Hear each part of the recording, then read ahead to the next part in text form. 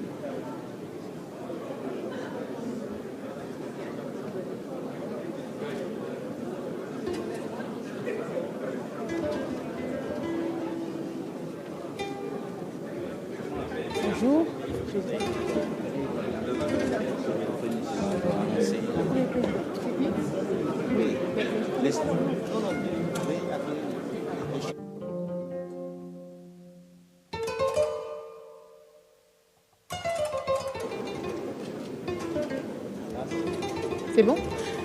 Mesdames, Messieurs, veuillez accueillir les chefs d'État et de gouvernement, s'il vous plaît. Voilà. Très bien, donc nous commençons à accueillir les chefs d'État et de gouvernement.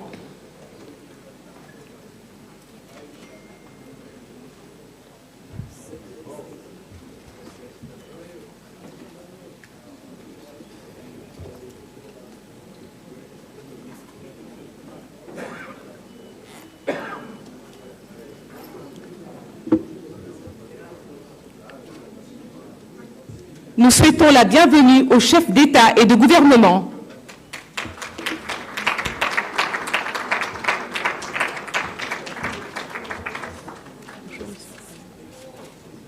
C'est bon? Oui? J'y vais? Non, attends. Ok. D'accord.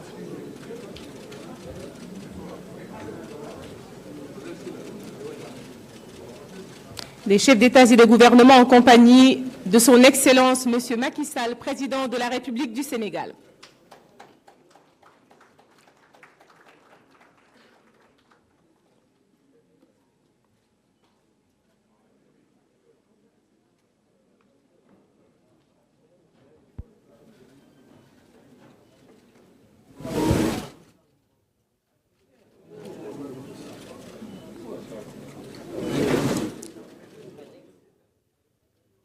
Merci beaucoup.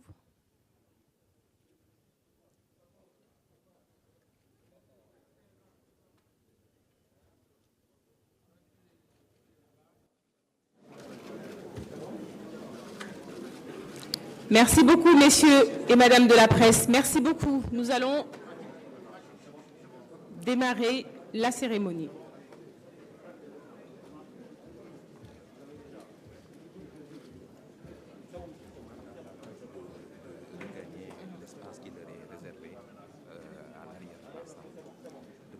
Nous demandons, s'il vous plaît, à la presse de regagner l'espace qui leur est réservé à l'arrière de la salle. Merci d'avance.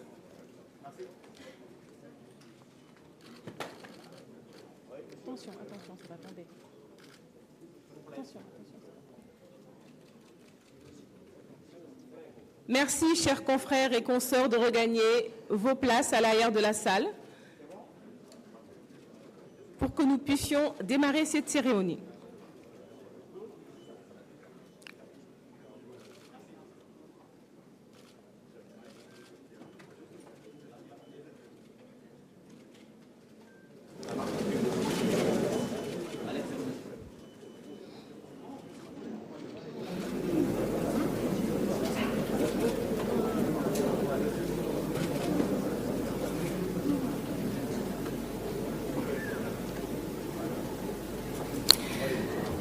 Merci beaucoup. Je suis Dr Nafissatou Diouf et je suis très ravie d'être la maîtresse de cérémonie de ce haut sommet. Excellence, Monsieur le Président de la République, Monsieur Macky Sall, Président en exercice de l'Union africaine, Excellence, Messieurs les chefs d'État et de gouvernement, Messieurs et Madame les présidents d'institutions de la République du Sénégal, Monsieur le directeur général des opérations de la Banque mondiale, Mesdames et Messieurs les ministres, Mesdames et Messieurs les chefs de délégation, Mesdames, Messieurs les ambassadeurs, représentants des institutions internationales et des partenaires techniques et financiers, Mesdames, Messieurs, honorables invités, en vos rangs, titres, grades et qualités, nous vous souhaitons la bienvenue ici en terre sénégalaise à l'occasion de ce sommet de haut niveau consacrant le lancement officiel de la 20e reconstitution des fonds de l'Association internationale pour le développement de l'Afrique, IDA. Cette rencontre est une initiative de son Excellence Monsieur Macky Sall, Président de la République du Sénégal, Président en exercice de l'Union africaine et de la Banque mondiale. Le chronogramme de la journée se déroulera comme suit avec 3 grandes parties. La première partie sera d'abord consacrée au visionnage d'un film sur l'IDA. Ensuite, vous pourrez suivre une introduction de M. Axel van Trotzenberg, directeur des opérations de la Banque mondiale, sur le thème « Financement de la relance et de la transformation économique en Afrique ». Enfin, nous pourrons écouter le discours d'ouverture de son Excellence M. Macky Sall, Président de la République du Sénégal et par ailleurs Président en exercice de l'Union africaine. À l'issue de ce discours, il vous sera proposé une pause café pour les participants de la présente session, alors que les chefs d'État et de gouvernement seront à huis clos, avec un panel qui sera modéré par le Président de la République du Sénégal. Dans la deuxième partie, en ouverture, il y aura une séance de haut niveau, comme je l'ai dit, modérée par le Président de la République, puis le ministre des Finances et du Budget, M. Abdoulaye Daouda Diallo, fera la lecture de l'appel à l'action en présence des médias. La troisième partie sera l'un des temps forts de cette journée avec le discours de son Excellence M. Macky Sall, Président de la République du Sénégal au Salon Vert. Puis son Excellence le Président de la République du Sénégal offrira un déjeuner en l'honneur des chefs d'État et de gouvernement. Mesdames, Messieurs les chefs d'État et de gouvernement, honorables invités, je vous invite à présent à visionner un film sur l'IDA.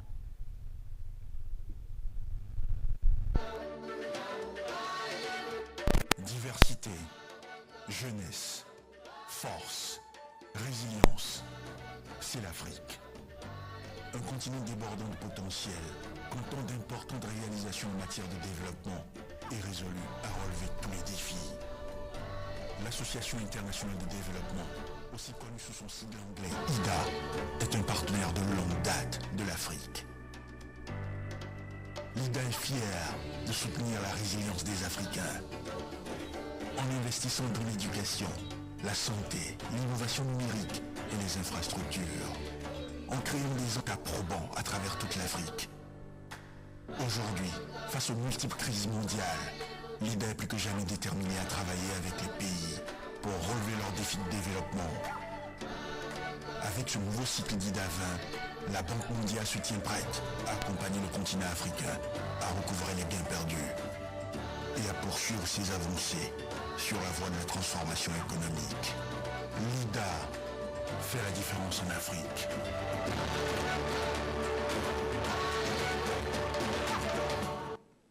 Je vous prie d'applaudir, s'il vous plaît.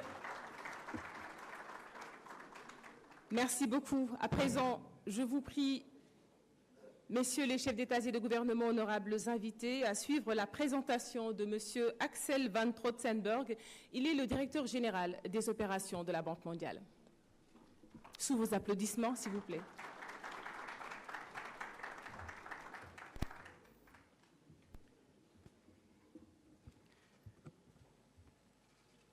Good morning, Your Excellency, President Macky Sall, Your Excellencies, Heads of State, Your Excellencies, Prime Ministers and Ministers, distinguished ladies and gentlemen.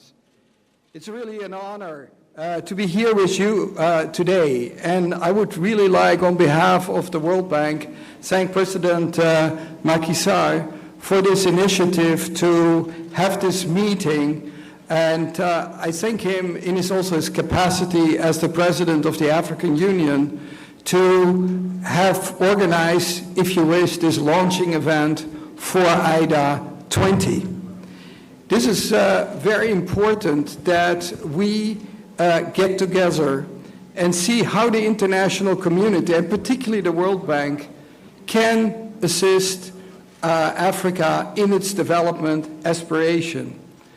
So for us, the point of departure are the ambitions of the African countries, the ambition to grow inclusively and sustainably, create jobs, as well as to make sure that the human capital is improved, be it in the education, in the health area, and also keeping in mind that we are confronted with a situation of multiple crises where over the last 2 years we have seen a reversal of fortunes in the world, but also in Africa, and we have seen that unfortunately reflected in increasing poverty rates around the world.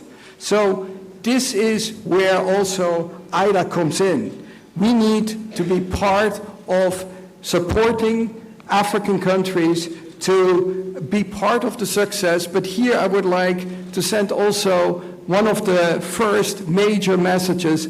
The World Bank is a long-term partner and will stay a long-term partner, and whether that is in good times, but what is even more important, when times are more challenging and difficult, and we will stay there. I think what is very helpful in this IDA 20 cycle that there has been a difference is namely that the African heads of state have taken a direct interest in the directions of the negotiations of IDA. And that started last year when we had decided that with the IDA 19 resources, we should truncate the normally 3-year period in 2 years, given the crisis and given the needs of the continent to need more resources. So therefore we needed to negotiate early the IDA 20. What was particularly helpful was that Mr. Alassane Ouattara offered to organize a summit in July of last year to discuss also the strategic directions that IDA 20 may take. And there we created the Abidjan Declaration that was actually very, very helpful to help negotiate the policy package. And I would like to mention particularly a couple of ideas that were ultimately reflected in the package. One is jobs, jobs, jobs. This came everywhere. There is an incredible challenge. Every year, millions of young Africans are entering the labor market, and not always all the jobs are available. So a huge emphasis on this. Another thing where we have been learning a lot from yourselves is the emphasis over regional integration. You recently included an important trade pact. And the reason is that regional integration could be a motor for growth, needs to be supported, and that was in there. I thank you for that strong participation, because I think that the package became better as a result of that.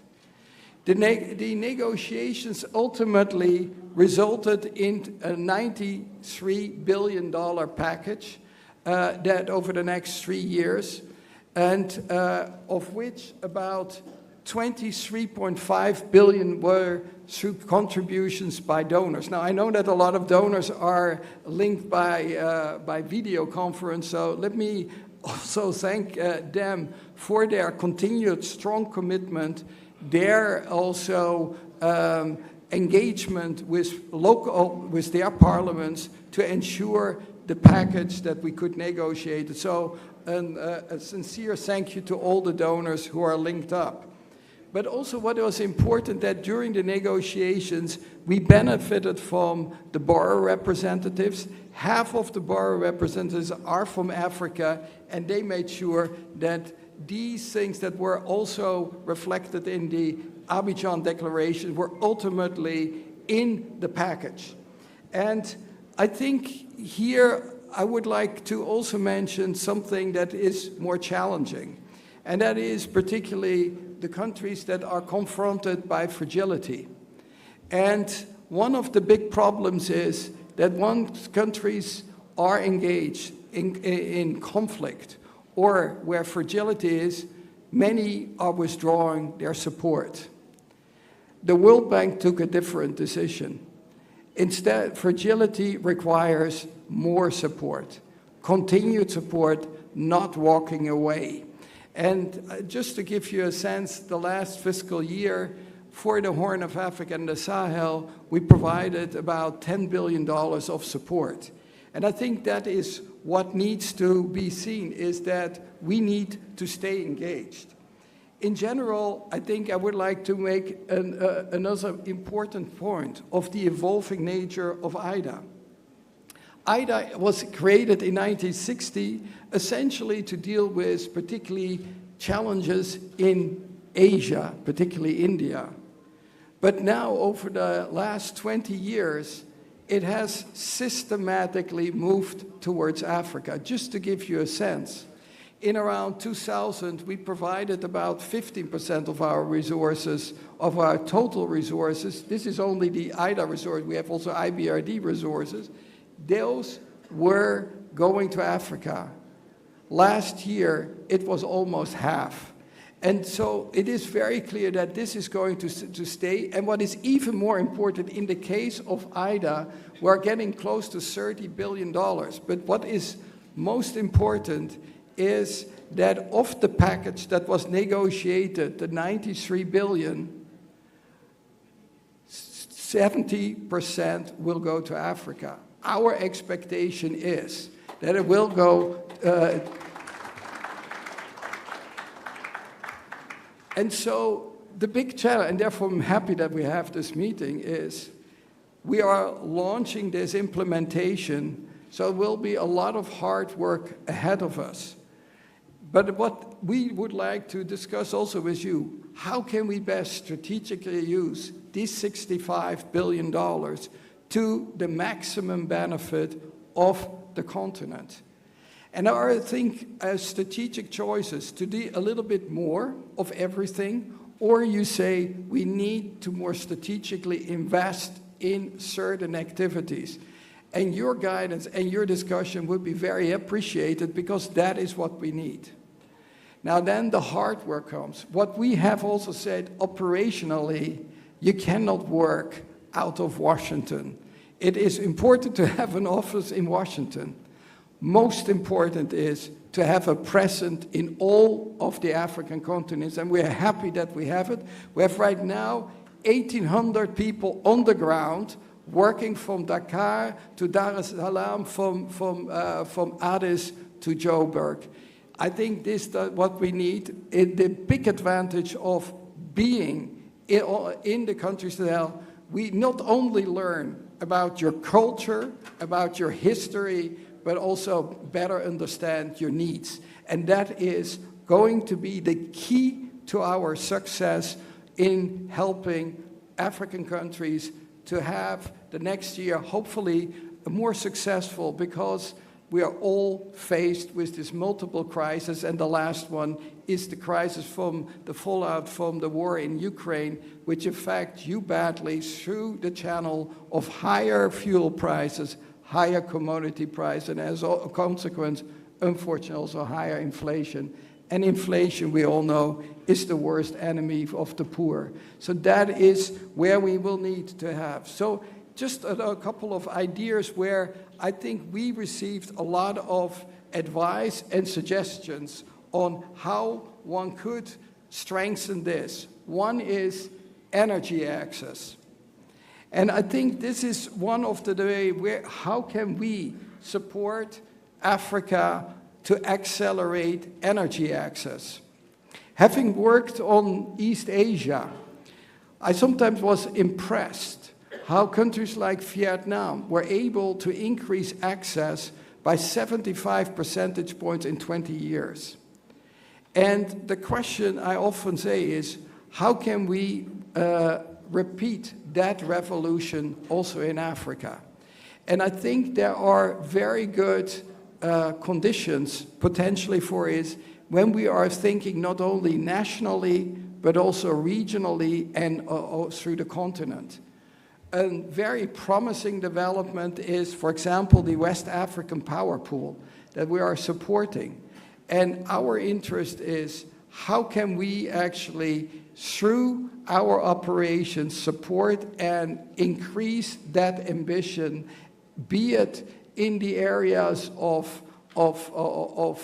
in the energy area, and that can be from the renewable to gas to power. And that you have the necessary base load to actually scale up further the energy. So this is a topic where we are in dialogue, but for us, the interest is how can we be part of an accelerator in the individual countries. Another important topic is digital. It is now everywhere being talked about, digital revolution, and also the African Union during the presidency of President Kagame in 2019 agreed that the African continent should be completely digitally connected by 2030, meaning all Africans should have access. How can we support it? You see already progress here in the case of broadband, but how can we make that next leap? How can you best use the IDA resources for this? In this context, it seems to me also how one can mobilize here the private sector and use smartly those IDA resources that are needed by the public sector, but see how you can leverage private sector investment in these areas. Again, we would think that we can make a lot of progress. We have already quite a few projects in the pipeline. One plea we would like to make is particularly on the digital development, how one could actually harmonize the regulatory frameworks so that one doesn't face with a plethora of regulatory frameworks that may be not compatible with each other. So this may be also part of the regional integration area. Another area, and that is a more sobering one, that is food security. The crisis and the war in Ukraine have again highlighted the issue of food insecurity. Unfortunately, because of this war, there is an increase, there is a double increase. First, everybody feels the higher prices. Secondly, food insecurity is increasing and infecting millions around the world, including in Africa.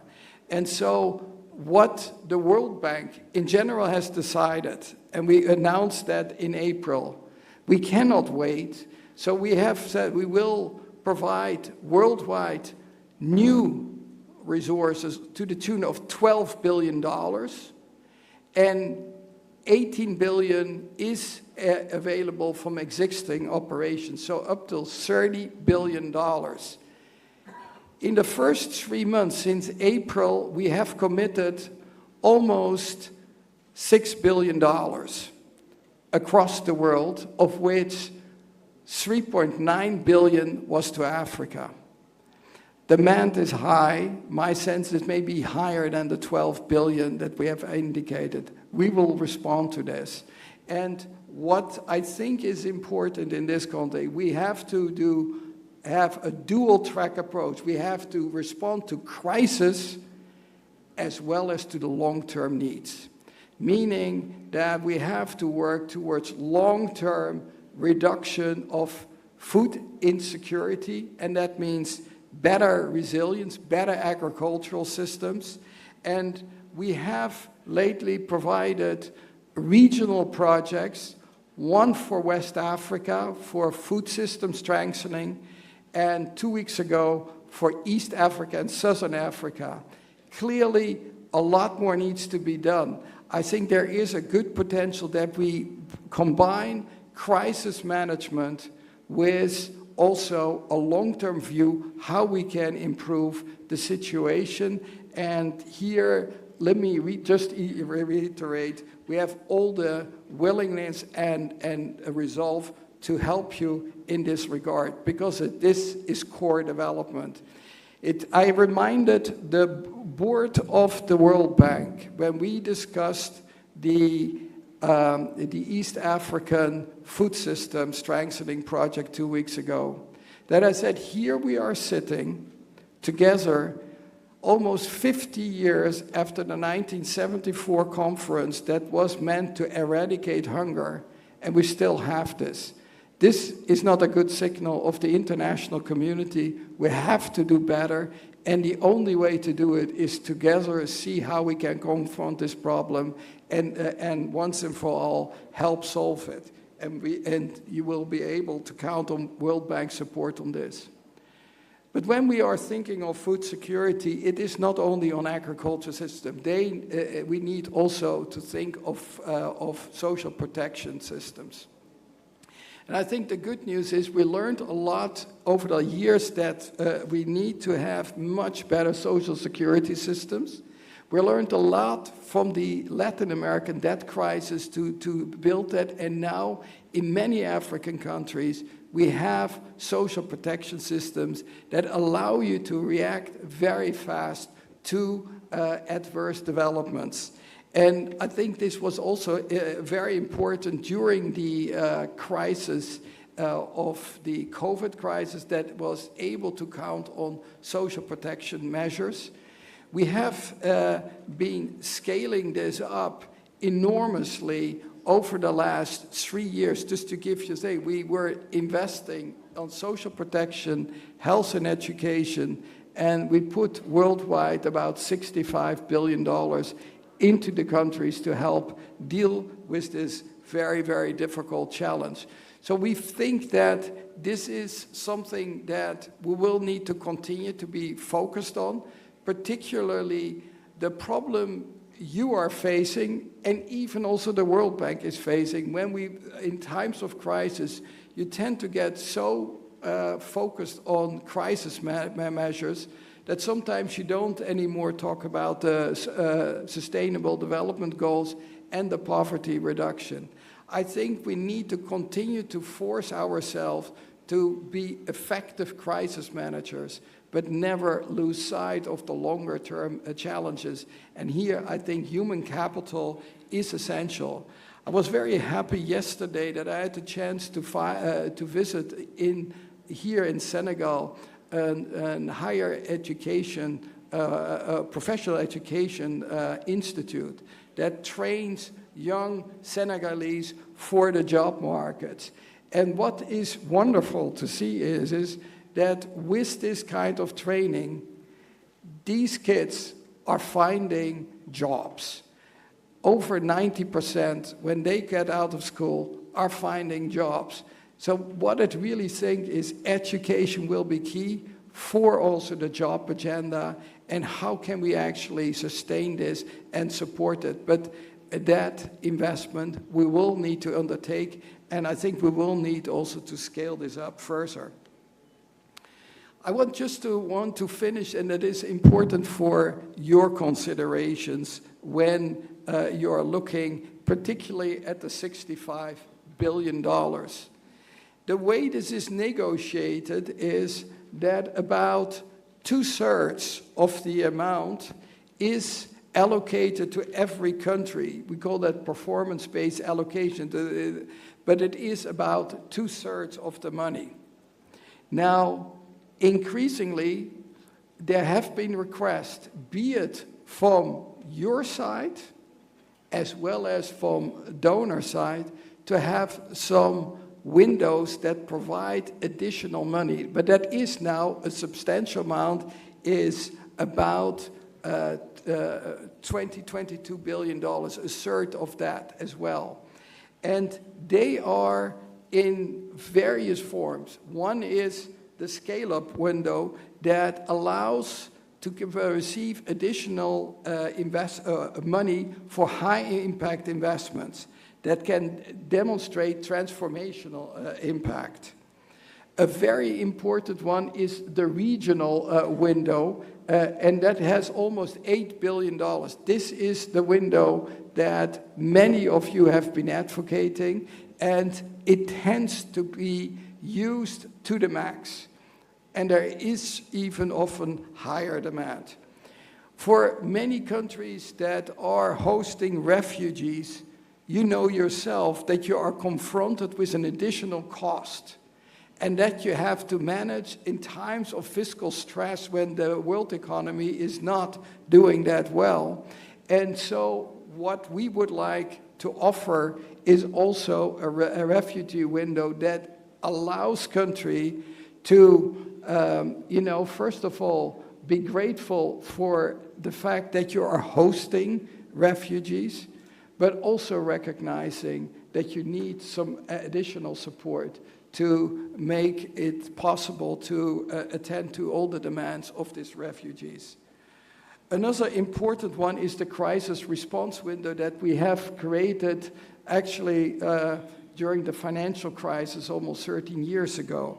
This window is extremely in high demand, and certainly now, for example, with the food crisis, that many of you are facing not only fiscal stress, balance of state payment stress. So you see these extra costs are directly translated in a higher fiscal deficit, and for that you need additional support.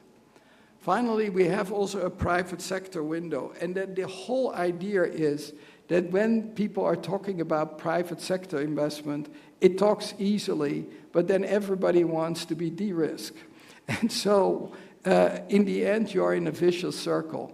What we have said to our private sector arm, that is the IFC, and directed by a Senegalese, by Makta Diop, he and I go back a long time. We have worked very closely, but what is most important is it may help investments to de-risk.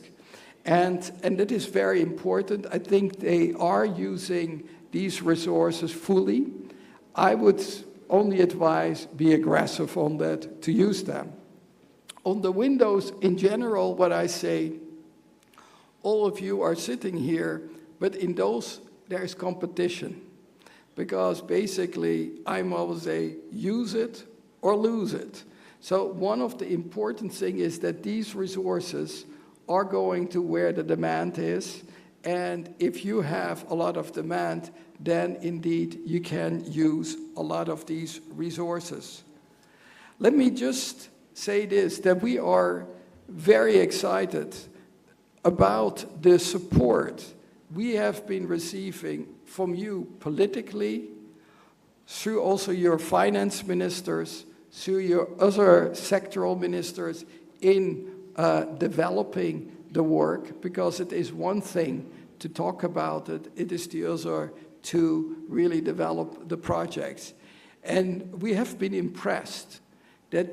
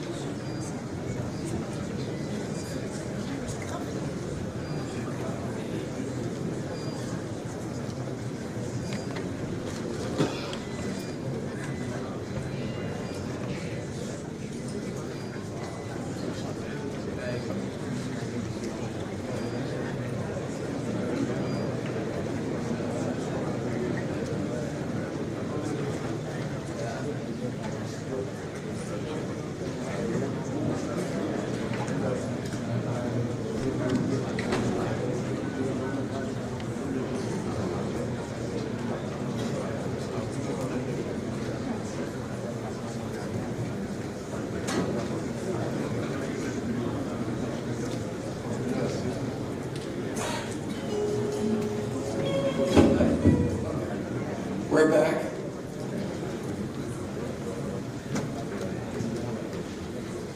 Let me just finish by this, that as I mentioned, this has required an incredible amount of cooperation, and I think I just want to recognize, and hopefully you can also convey that to your teams, that this requires a lot of close collaboration. And we have actually been felt privileged to have this commitment during times of COVID, where people have been working from home through their iPads to prepare the projects. So I think this is something to build on, and we are looking forward to work closely on this. Directing them, one you probably already know, Ousmane Diagana. He is the Vice President for West Africa and Central Africa. And Victoria Kwakwa is the new Vice President for Eastern and Southern Africa. Ousmane has been doing this now for the last 2 years, and Victoria just finished her tenure as the Vice President for East Asia, that includes China, ASEAN, and the Pacific, and brings a lot of experience, particularly also on energy access in East Asia that was so successfully done. So we are looking very much forward to very close implementation. At the end of the day, I hope that in the next years we can sit together and see what result we have booked, because the only thing that at the end of the day will count, can we make together a difference? And here you can count on our full support. Thank you very much.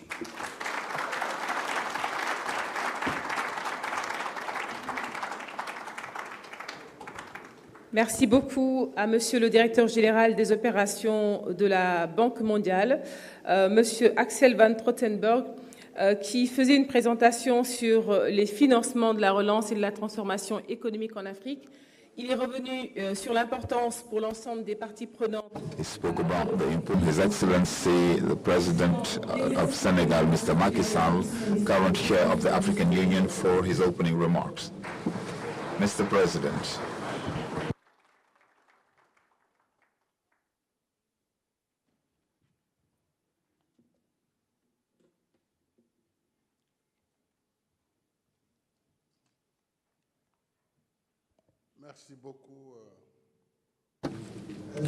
Thank you very much. Excellency President Denis Sassou Nguesso, President of the Republic of Congo, Excellency President Muhammadu Buhari, President of the Federal Republic of Nigeria, thank you for your presence.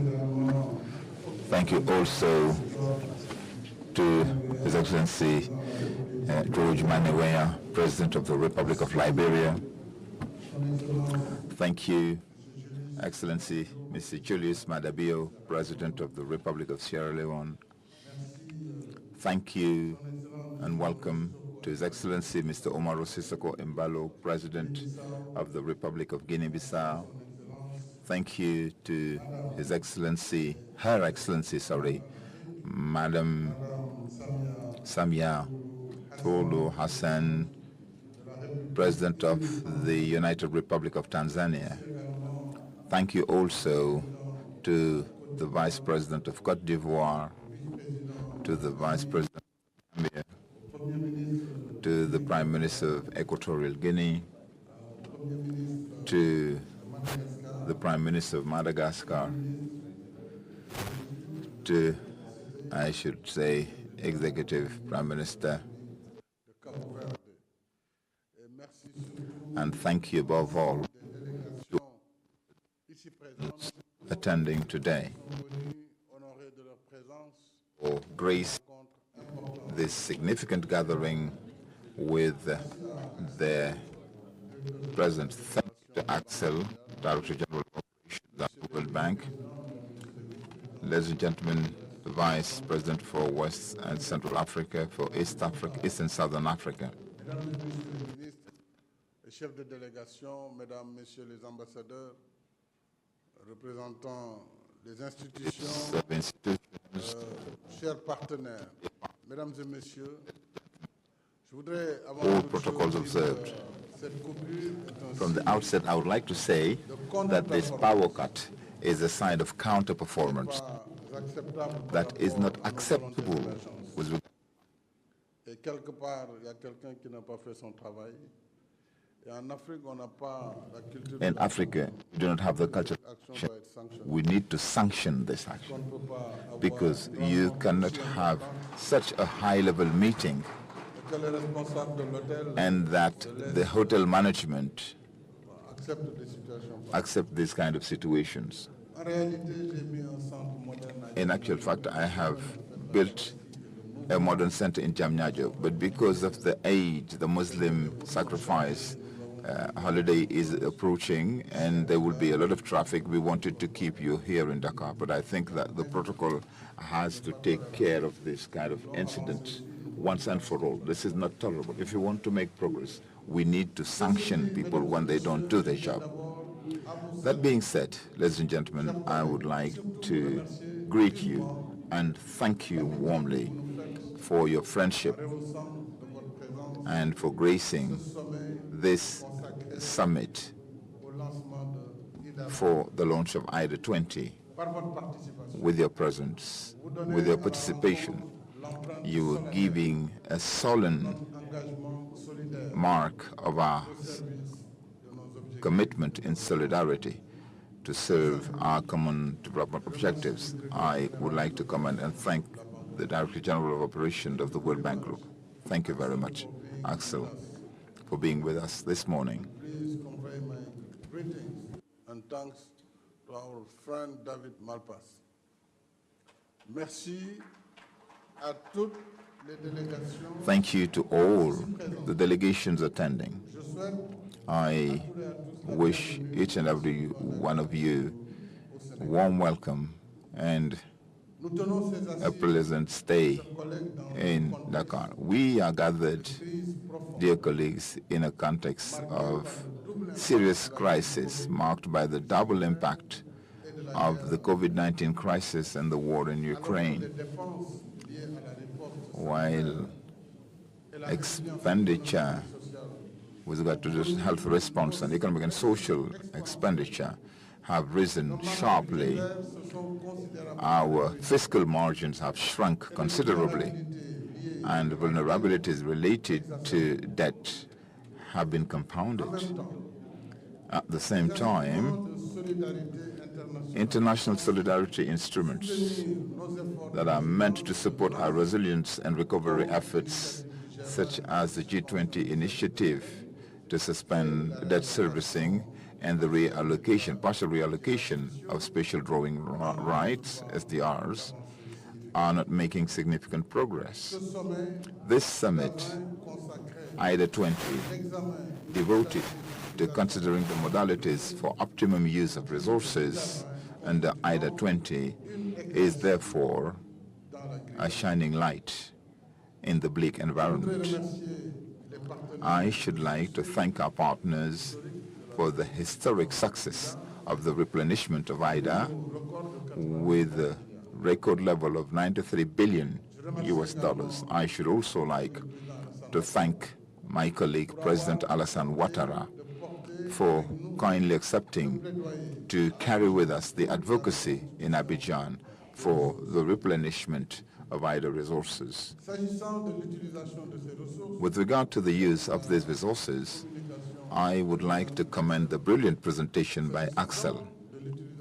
So when it comes to the use of these resources, our priorities and emergencies are many. Among them, we have top priorities, and particularly job creation. We said jobs, jobs, jobs for the youth, as well as creating income-generating activities, mainly for the youth and women, who are the majority of our African population. Investing in education and training, vocational training, as the Director of Operations said earlier, we have understood that we need to change paradigms when it comes to training and education. Our people is young. Our population is high. So it is unsustainable for our states to keep finding outlets in the labor market for all of our graduates. So we had to find alternative ways of training and job creation.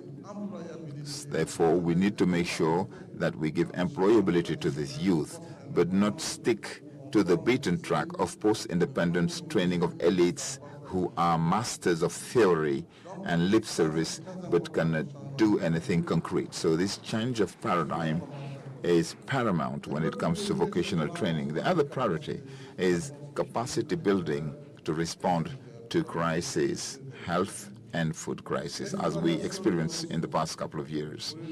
Exploitation of our resources for fair and equitable energy transition in order to ensure universal access to electricity. I would like to recall that we have 600 million Africans without access to electricity. We also need to support industrialization in our countries. That's why I would like to commend the decision made yesterday by the European Parliament. Since January, we have been making efforts and calling for fair transition, energy transition, so that gas can be accepted as a clean energy, so that Africa can use gas in order to use gas to power and transition to cleaner energy. Africans are strongly committed to renewable energy, but renewable energy alone cannot support democracy in a country, development in a country rather. So we need a basic supply of fuel, and it's either fossil fuel, nuclear fuel, or gas.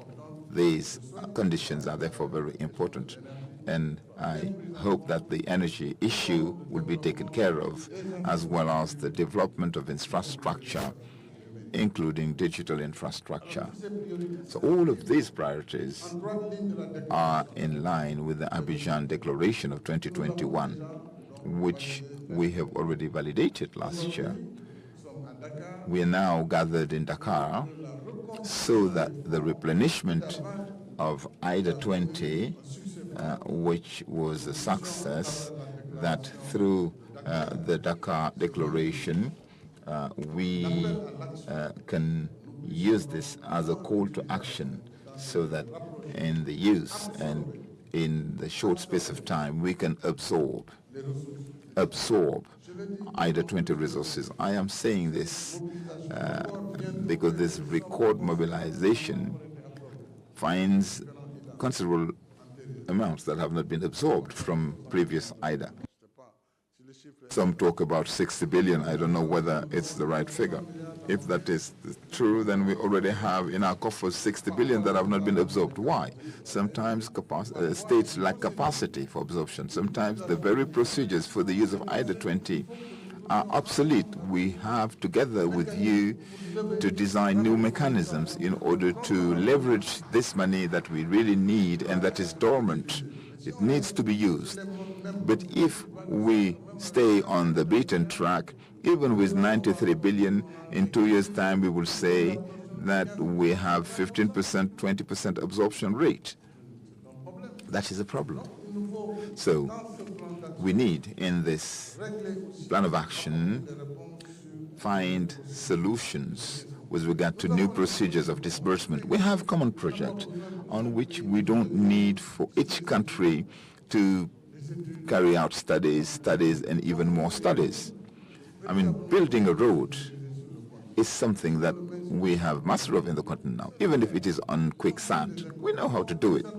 You know, building schools, building some infrastructures should not take us that much time in red tape, and we need to pool experiences in the various African countries.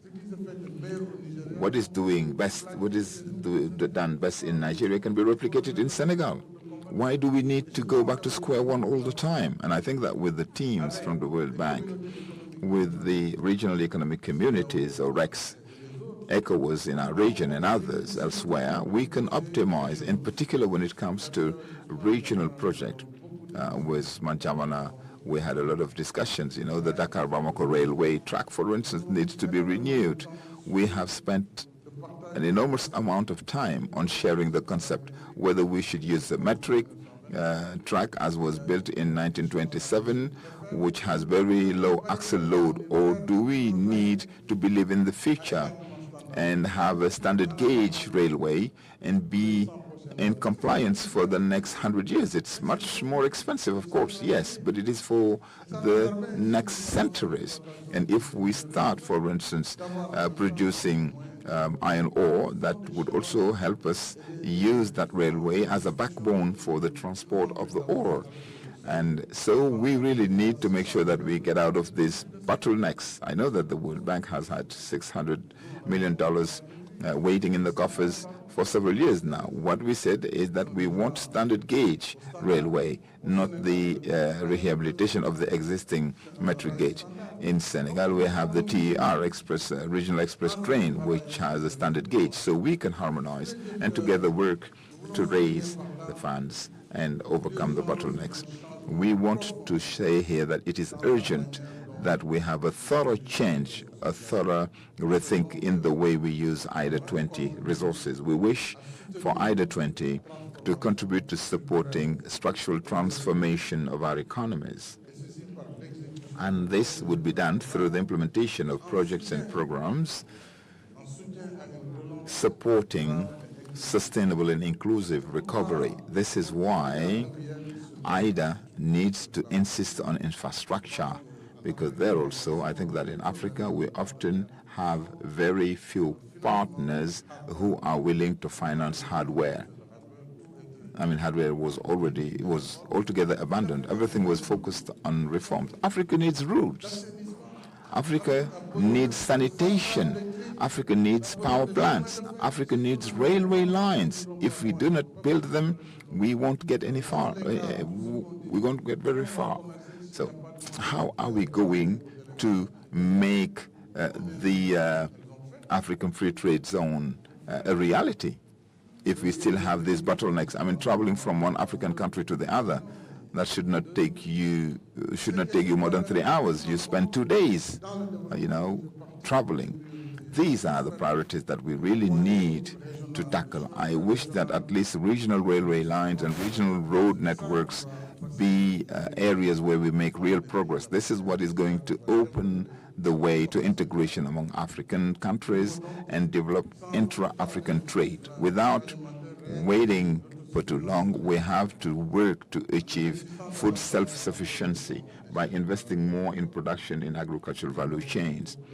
We have a lot of loss, post-harvest loss, from small farms, smallholder farms, to large-scale production, including agribusiness. So we really need to work on the value chains from the farm to the table, as we say. This is what is going to help us better resist. At the G7 meeting, as I guess I was saying last time, that the truth of the matter is that we've been discussing wheat produced by Ukraine and Russia, but we produce much more in Africa. Let's take into consideration all cereals produced in Africa. It's 5 times more than what we are importing. But we are behaving as if Africa was importing everything that it eats. That's not true. We have here 4 million tons of cereals produced locally. Rice, maize, millet, and the list goes on. Nigeria produces cassava and other tubers. Each country produces a lot of yam. This is the staple food of Africa. But clearly, we are still depending on the production of wheat, producing wheat flour, because we like bread. Unfortunately, we do not have enough wheat on the continent. But to fight against that dependence, I would suggest that we build on the capacity to produce fertilizers on the continent. That's what we need more than anything else. We should have our capacity to produce our fertilizers. Nigeria, for instance, is one of the few countries producing enough urea, because they have developed that industry. Senegal as well has a chemical industry that produces fertilizers, NPK fertilizers, because we do have P, phosphate. We have to get nitrogen and potassium That's where we all depend.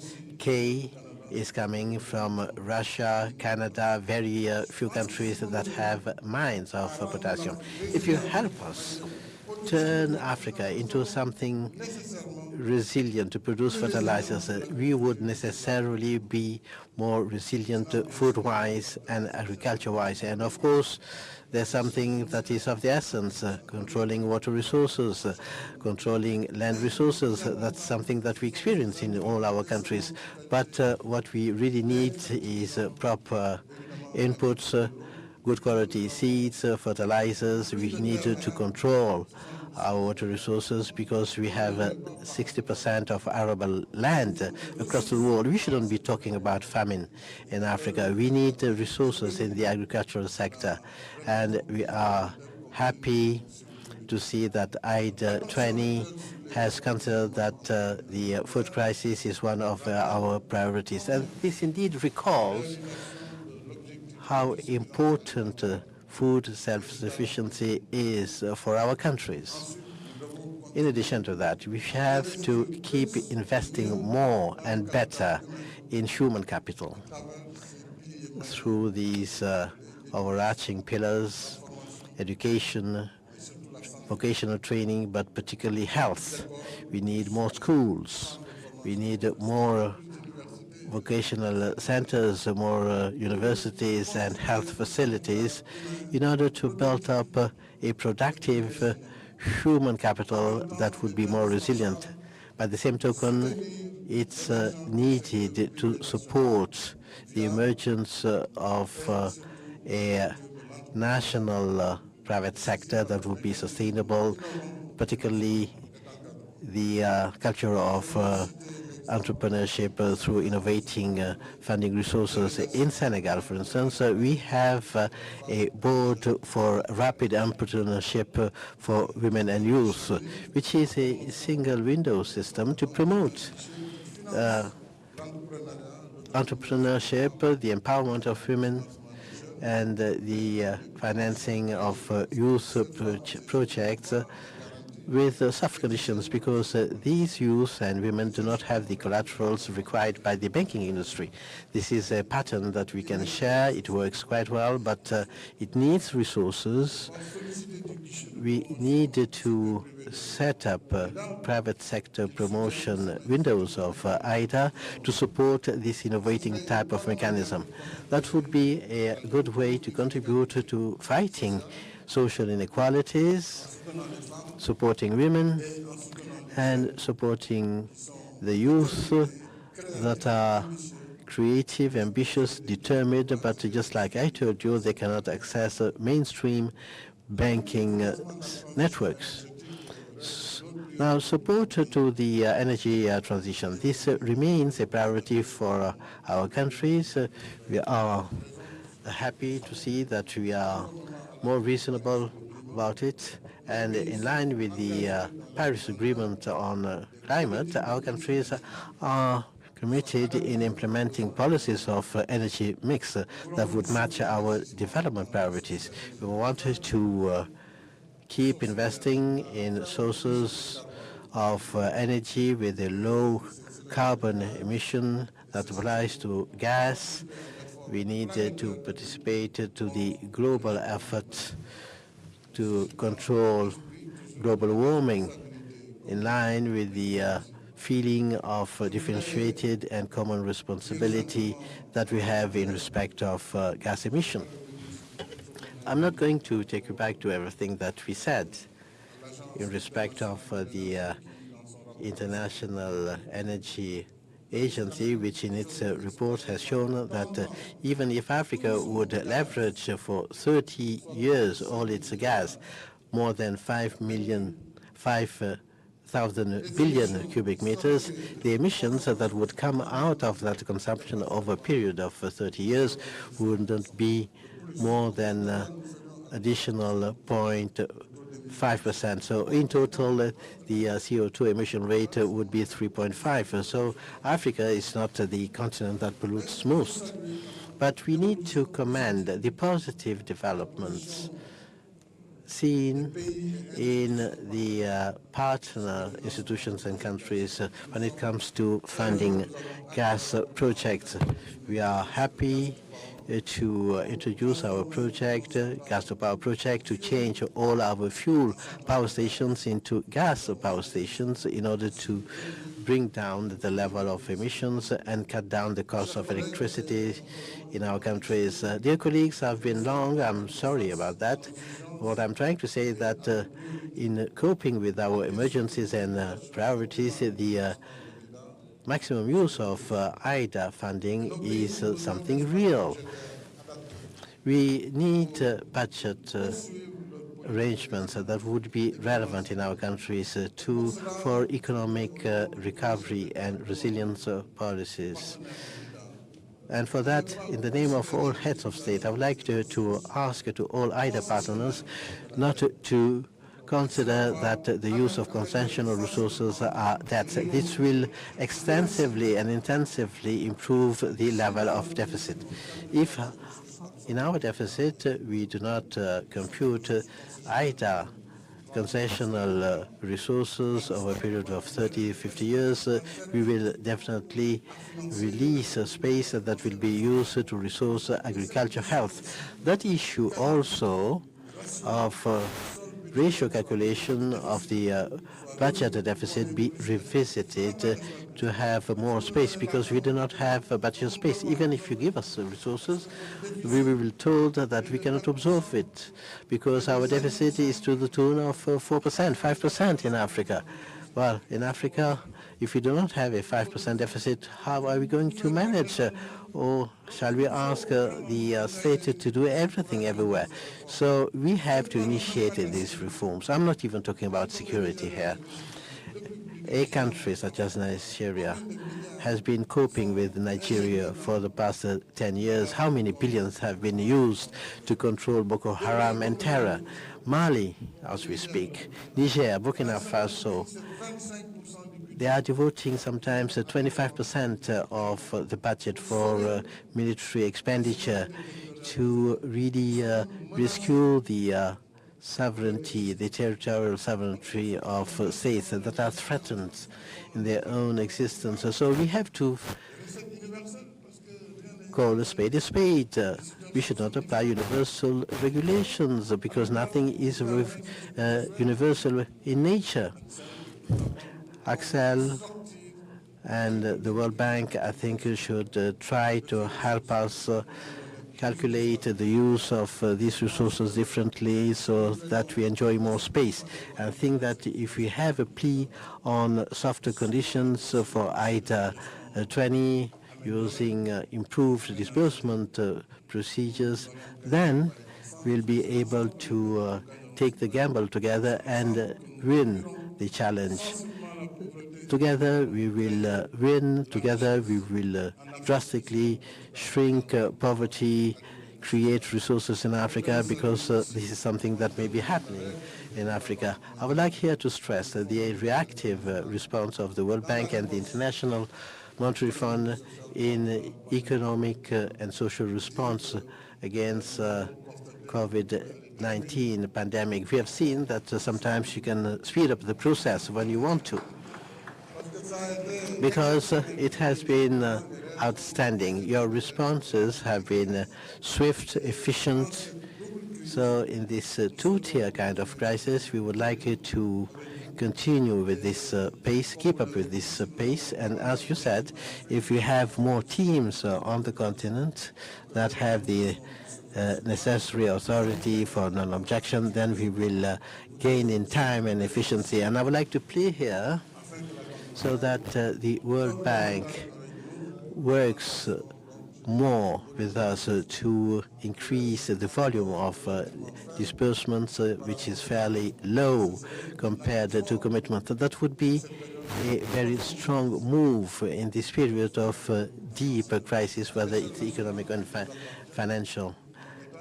Country-wise, it will be our obligation to continue good governance policies in public affairs, improving budget and fiscal revenues, and We need also to promote private-public partnership that is likely to lighten the share of the state in some investments and therefore reduce the level of indebtedness. Let me reiterate here our appreciation for the constant and relentless support of our bring together d'offrir à nos populations de meilleures conditions de vie.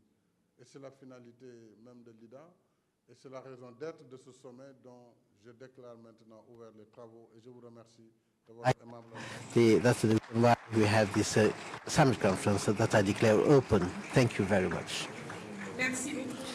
Thank you very much, Mr. President of the Republic, His Excellency Mr. Macky Sall, President and Chair of the African Union, for this statement of the summit conference earmarking the launch of initiatives to resource the development of Africa, that is post-COVID economic recovery in an environment which is marked by insecurity, religious radicalism, and recently the crisis of Ukraine. Now, ladies and gentlemen, you are kindly requested to allow heads of government to go to the closed-door meeting room that will be facilitated by the President of the Republic. Please remain seated if you're not part of that closed-door meeting. Thank you very much. Merci de... Oui, la photo de famille. The group photo, yes, indeed. We need to take a group photo just before the closed-door meeting. Thank you very much, Mr. Minister of Finance and Budget, for the reminder. The heads of state and government are kindly requested a group picture that will be taken in Zone K. Thank you.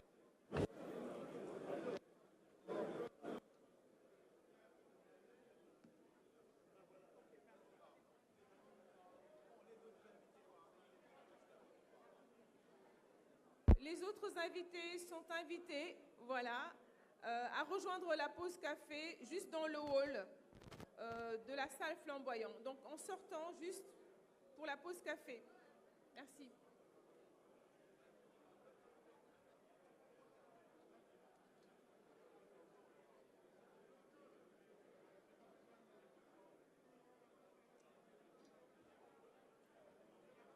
Donc merci aux invités de rejoindre la pause café.